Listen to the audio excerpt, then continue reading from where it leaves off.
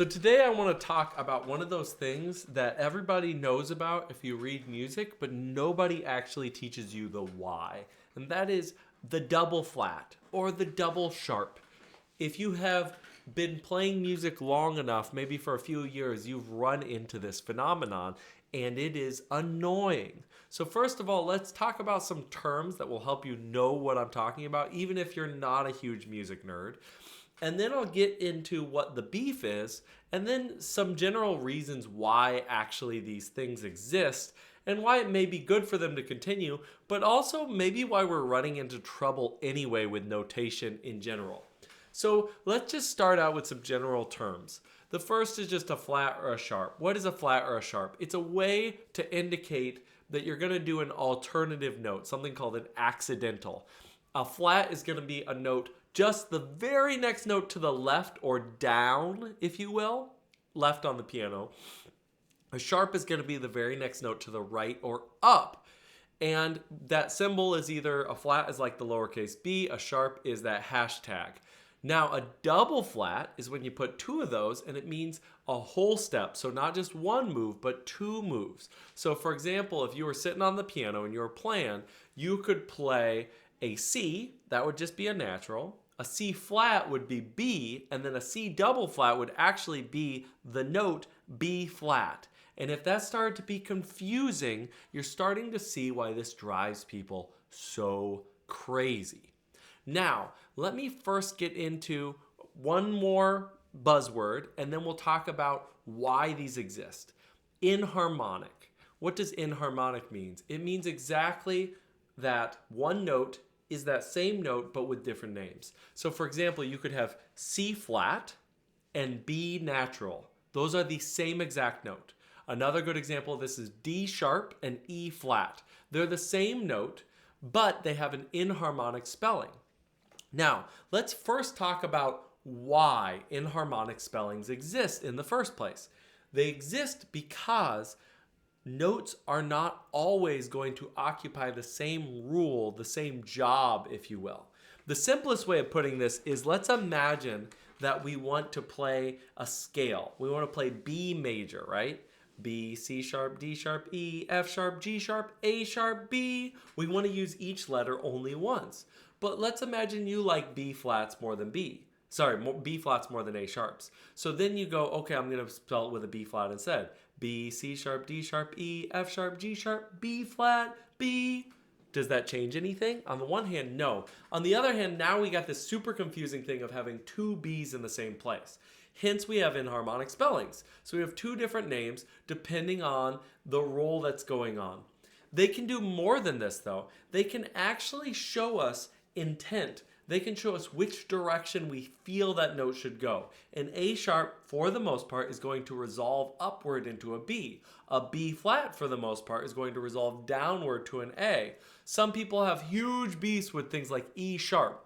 But E sharp resolves into F sharp in a way that F would rather want to go into G flat or maybe go down to E.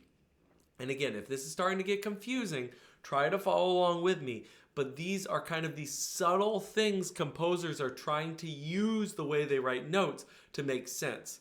It's this whole history that comes with theory where notes don't exist in a vacuum. Notes generally have a place where they've come from and a place where they're going. And so the way that they're spelled is going to make a difference. A quick analogy that I like to use with my students is I am a dad, but I'm also a son. It's not that I'm two different people. I occupy both those roles equally. When I'm at my parents' house, I take my shoes off, they cook me dinner, they make me feel like a kid again, right? They take care of me. When I'm at my house, though, I'm taking care of everybody else. I'm taking care of the kids and cooking and doing all that stuff. So that's a way that I occupy two different roles. I have two different names, but I'm the same person. Hence, two different names, same note. Let's get into a couple more reasons, though, that these things exist and where we can go from here. Composer intent versus ease of reading. I think this is a big battle being raged and has been raged for a long time.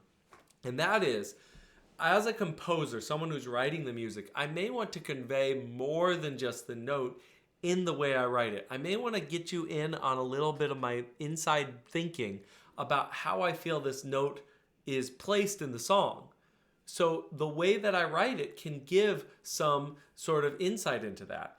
If I write an A natural and I'm in, say, I don't know, the key of D flat major, then that A natural can feel like it's pulling me up to B flat.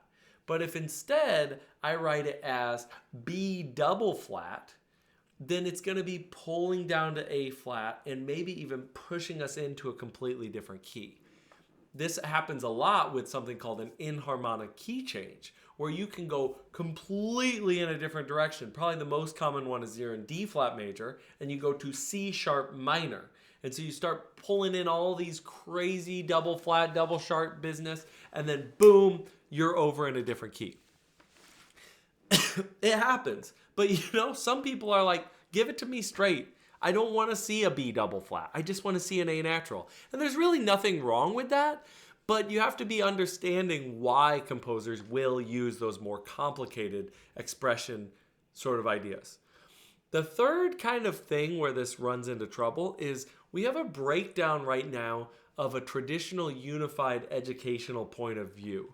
There was at least this idea that there was a right way of understanding music, kind of codified with Schenkerian theory in the early 20th century. Just grok that or chat GPT that if you don't know what I'm talking about. But what happens as things have progressed is people start coming from all these different schools, jazz schools, European versus American, Asian versus European. And they also have pop music thrown in there, and then Nashville number systems and all these kind of rule of thumb ways of doing it. And then you have YouTube on top of that with different people telling you different things. All this leads to people who approach sight reading in a way that just is not how someone who grew up in this tradition that dated all the way, started really at the beginning of the 20th century, but had its roots in all of these classical composers through the 1800s and the 1700s. That's kind of broken down. That lineage is kind of done, if you will. And so that leads to people genuinely being confused because they're just not used to having those notes really mean something. And because of that, they rightfully so go, hey, I don't need your D double sharp. I just need an E natural because I just want to play the note. And then my ear will tell me what I should be doing with it.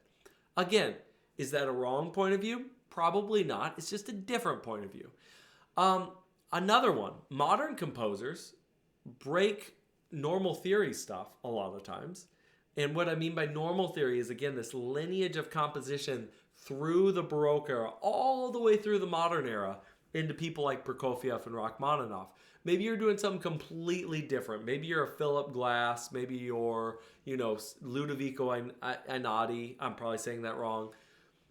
Double flats and double sharps are probably way less useful then, because you're not really writing music in that way where the notes have this very clear intent, where pieces are telling this continuous story in this one direction in that traditional sense.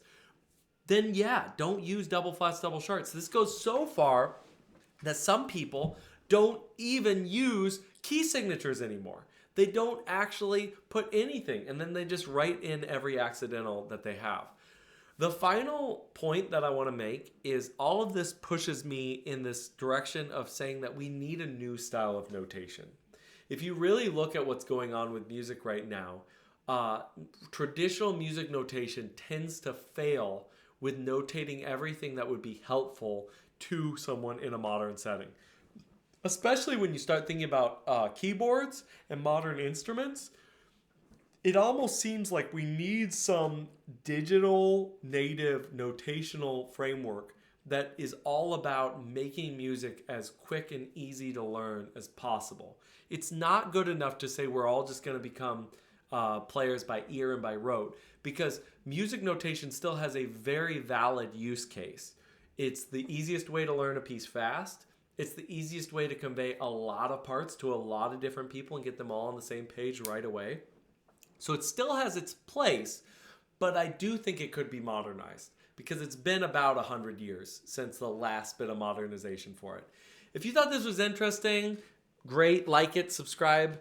If you thought this was boring, comment below. Tell me why it was boring. And thanks for sticking with me. And I'm Robert Monroe. Until next time, peace out.